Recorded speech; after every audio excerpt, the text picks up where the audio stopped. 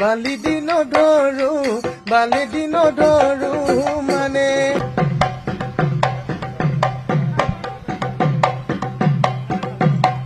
মই বৰ্তমান উপস্থিত আছো দক্ষিণ কামৰূপৰ শ্বহীদ ভৱনত আৰু শ্বহীদ ভৱনত দক্ষিণ কামৰূপ ছাত্ৰ সন্থাই আয়োজন কৰিছে বিহু নাচৰ কৰ্মশালা। বিশেষকৈ ছাত্ৰীসকলৰ মাজত আয়োজন কৰা এই কৰ্মশালাত 2 শতাধিক ছাত্ৰীয়ে অংশগ্ৰহণ কৰিছে। আহক আমি পোনে পোনে যাওঁ বিহু কৰ্মশালাৰ মাজত।